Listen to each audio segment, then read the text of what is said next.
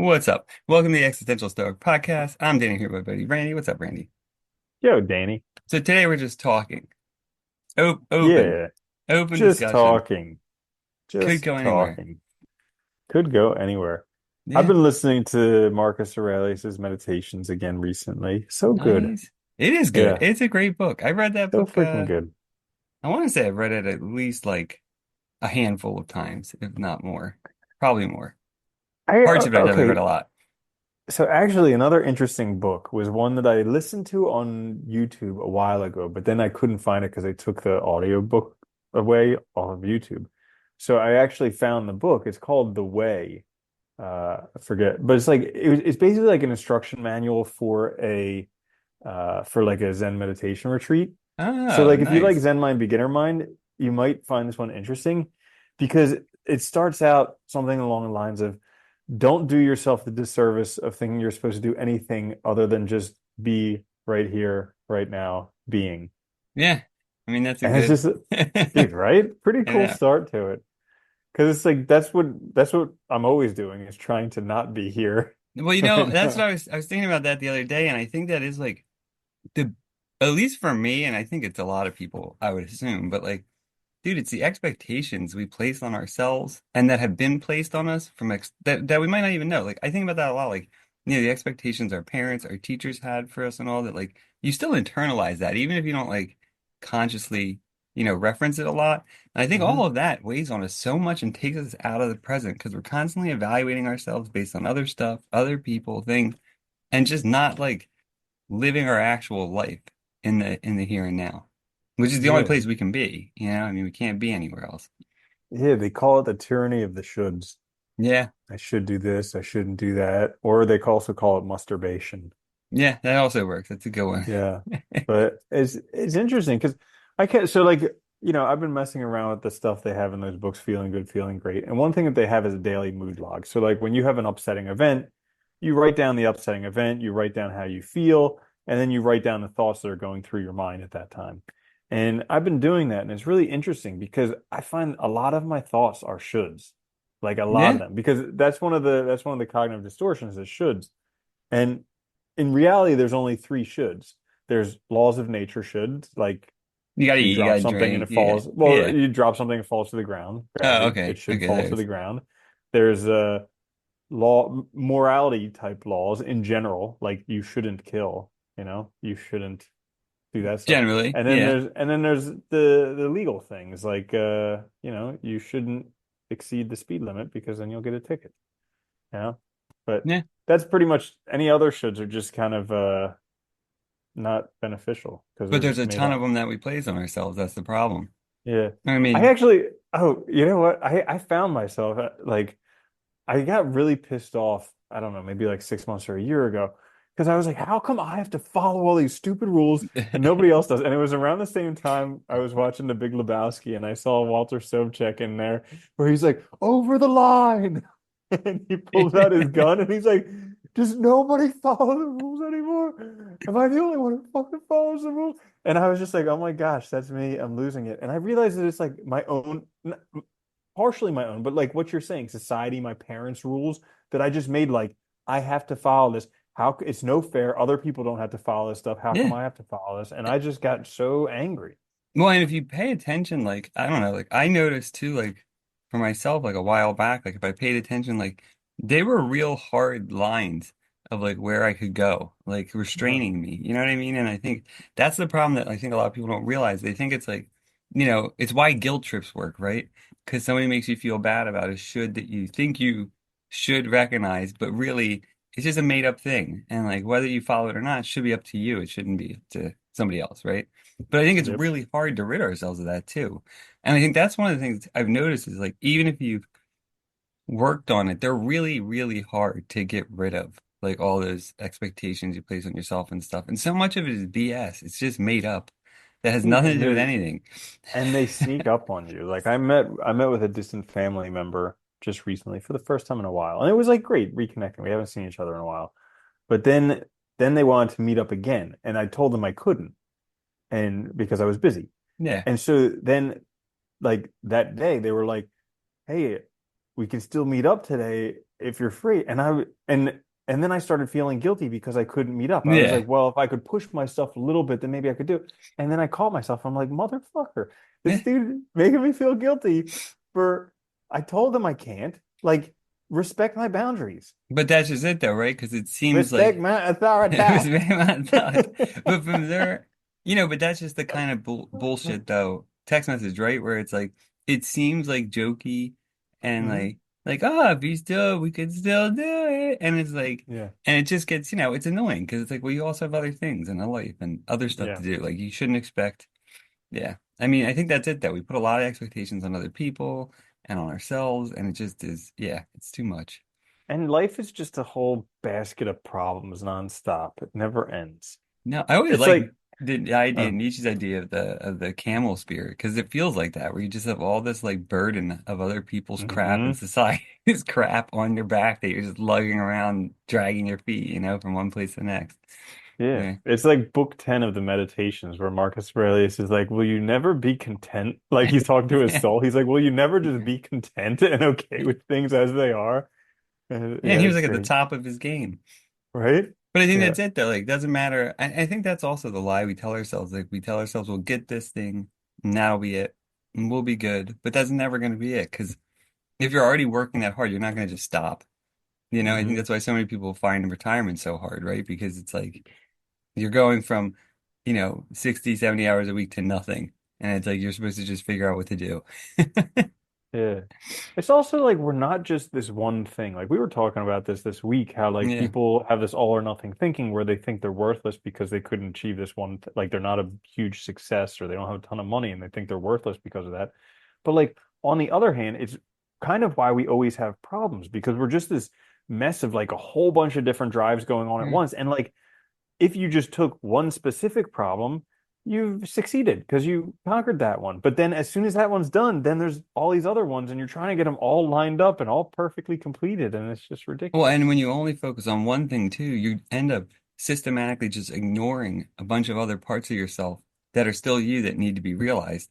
And so Mhm. they end up just like internally fighting, it becomes just a mess.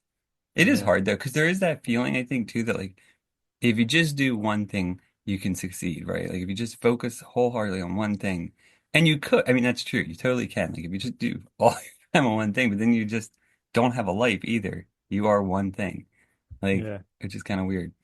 I wish that somebody would do a documentary of all these like I don't know successful people like you know Their world lives, record world not with record their work. athletes and be honest for a second like everybody knows you can say that like yeah your life is amazing because you do this but like let's be honest for a second like doesn't it kind of suck that that's all that you did and because yeah I don't think any of them are being honest Dude, they're but not.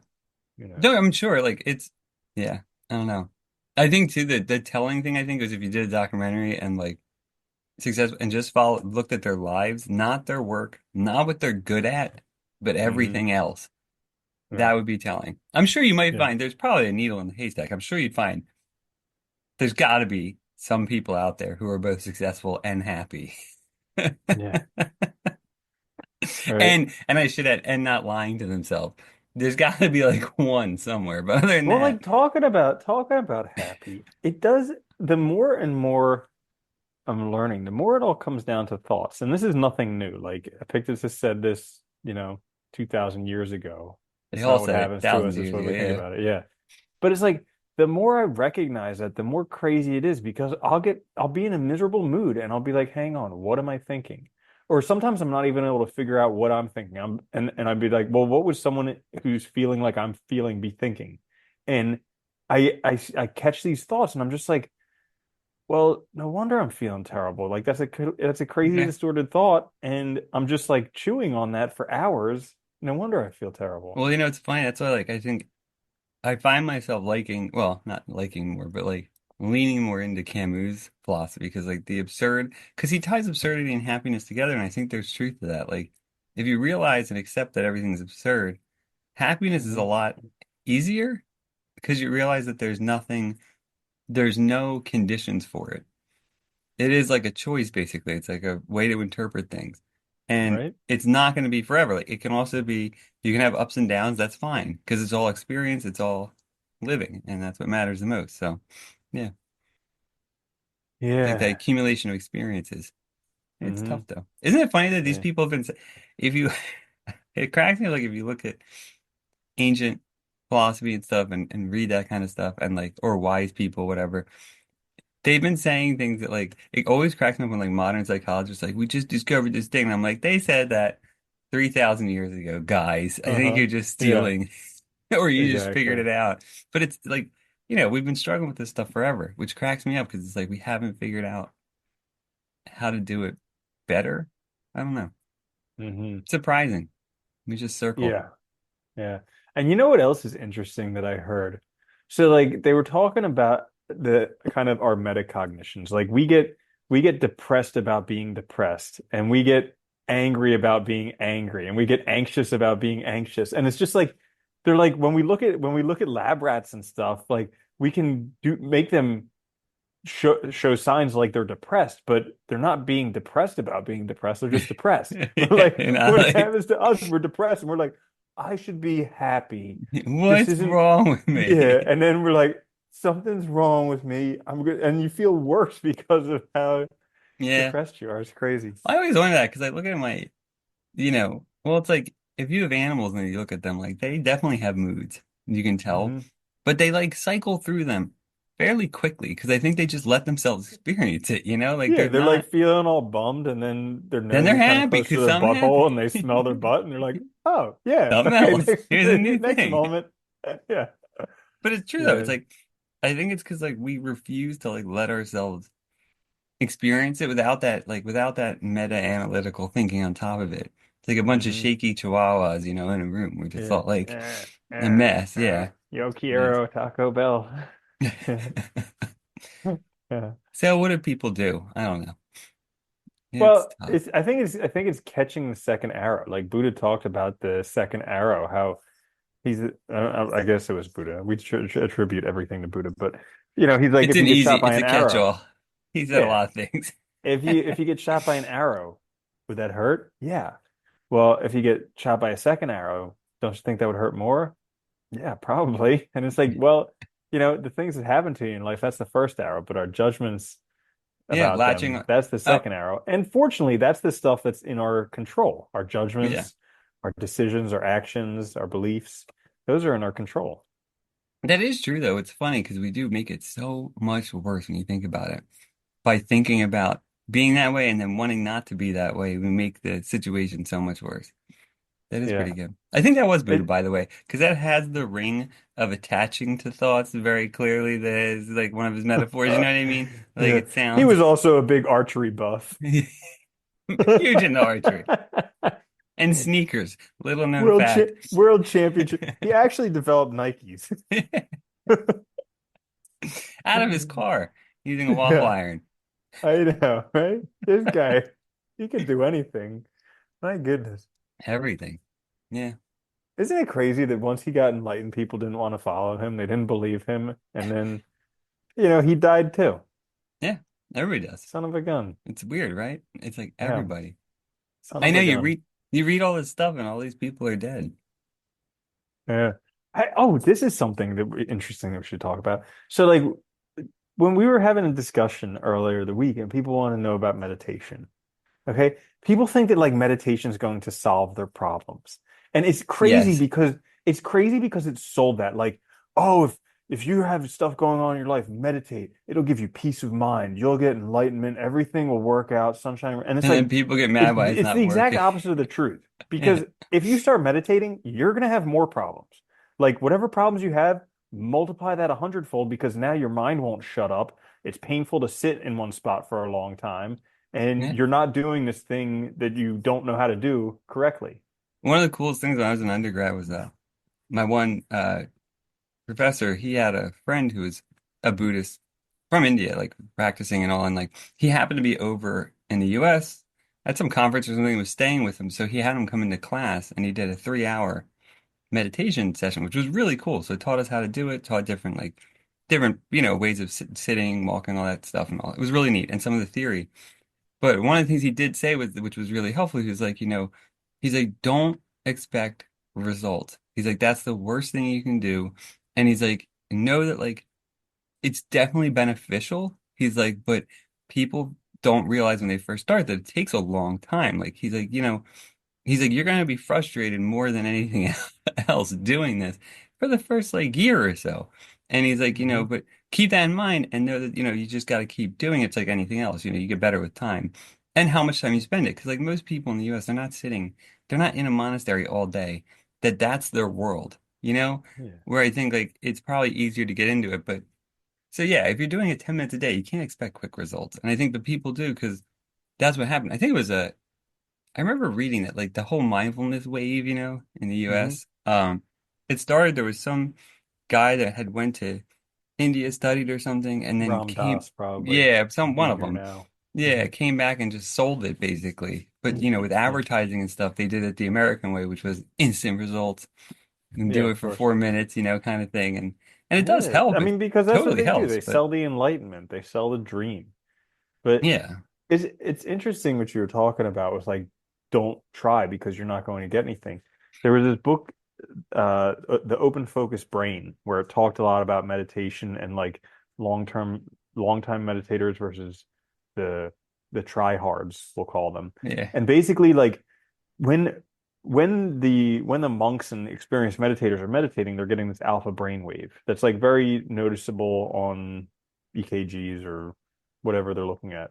And so they noticed that this this brainwave, if you're a tryhard, if you're trying really hard to meditate, you can't get it.